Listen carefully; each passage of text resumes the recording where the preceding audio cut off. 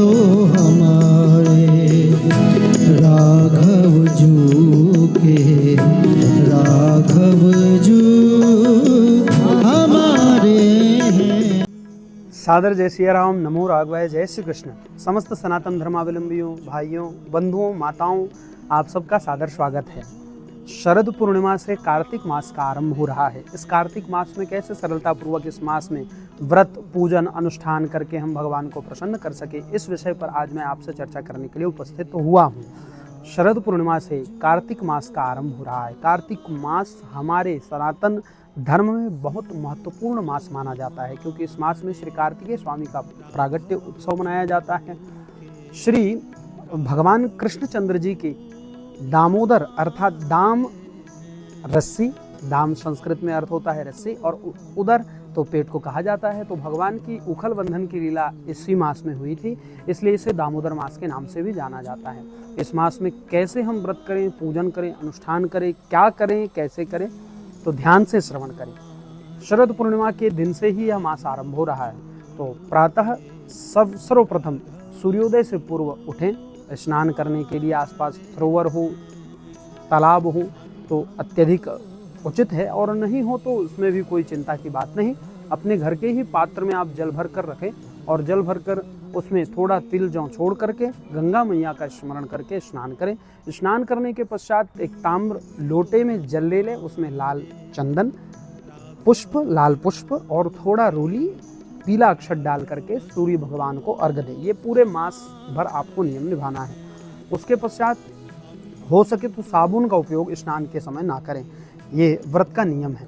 और बंधुओं, माताओं, उसके पश्चात सूर्यार्घ्य देने के पश्चात तुलसी, आंवला, केले, इन वृक्षों के पूजन का बहुत ही महत्व इस मास में होता है। इसलिए छोटा छोटा गमले में आप ला सके, उपस्थित कर सके अपने घर में, तो तुलसी तो होती ही है माँ, और आंवला और केले का व्यवस्था आप कर लें। और उसके पश्चात नित्य प्रतिदिन सूर्यार्घ्य के बाद इनका पूजन करें। तुलसी वृक्ष में सुंदर जल से स्नान कराएं। माँ तुलसी महारानी को जल से स्नान कराने के पश्चात चंदन से पूजन करें, पीला अक्षत छोड़ें, पुष्प चढ़ाएं। पुष्प चढ़ाने के बाद कुछ नैवेद्य करें। नैवेद्य करने के बाद दीप आरती करें, वहीं दीप दान करें। शमी वृक्ष में भी, केले के वृक्ष में भी और आंवले के वृक्ष में भी इसी नियम से पूजन करें। और उसके पश्चात 4 परिक्रमा अवश्य प्रदान करें। 4 परिक्रमा तुलसी पौधे की, तुलसी महारानी की, कुछ नहीं, केवल इतना कहते हुए परिक्रमा कर ले, तुलसी महारानी नमो नमो, हरि की पटरानी नमो नमः। और ऐसा कहते हुए आप प्रति दिवस कार्तिक मास में प्रातः ये कार्य करें, जिससे आपका पूजन, व्रत, अनुष्ठान ये कार्तिक मास पूरा आनंदमय होगा। आपको खूब पुण्य की प्राप्ति होगी। ये कार्तिक मास भगवान का अतिशय प्रिय मास है, इसलिए इस मास में पूजन का महत्व है। और दीपदान अवश्य करें। तुलसी के पौधे के पास सायंकाल भी आप दीपदान करें, और केले के वृक्ष में, आंवले के वृक्ष में दीपदान ये मास में करने का बहुत ही बड़ा लाभ होता है, इसलिए दीपदान अवश्य करें। आसपास सरोवर हो, नदी हो, तालाब हो तो प्रातः जब स्नान करने जाएं तो वहाँ भी दीपदान करके आएँ। दीपदान का इस मास में बहुत महत्व माना गया है, क्योंकि दीपदान देवता, देखिए, अधिक दान हम कुछ नहीं कर सकते, तो दीपदान तो प्रत्येक मनुष्य हम आप कर सकते हैं। इसलिए दीपदान की महिमा बहुत अधिक इस मास में मानी गई है, तो इसलिए दीपदान अवश्य करें। और उसके पश्चात भोजन में यदि आप फल पर रह सकते हैं तो फल पर रहें। एक टाइम भोजन लेकर रह सकते हैं तो एक टाइम भोजन लें, अन्यथा दोनों टाइम भी भोजन लेना हो तो सात्विक भोजन लेते हुए भी आप इस व्रत का पालन कर सकते हैं। सात्विक भोजन लेकर के बिना लहसुन प्याज का, किसी प्रकार का बाहर का अन्न ना ग्रहण करें, घर में ही सात्विक आहार ग्रहण करके व्रत कर सकते हैं।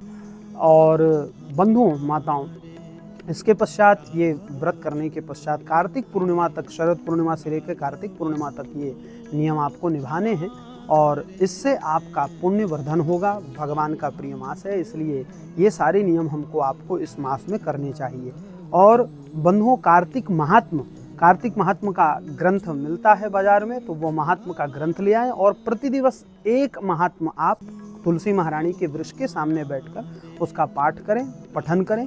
सुने और लोग हों घर परिवार के तो उनको सुनाएं, और इस प्रकार आप पूजन पाठ करते हुए, व्रत करते हुए इस कार्तिक मास, दामोदर मास का पावन पुण्य लाभ प्राप्त कर सकते हैं।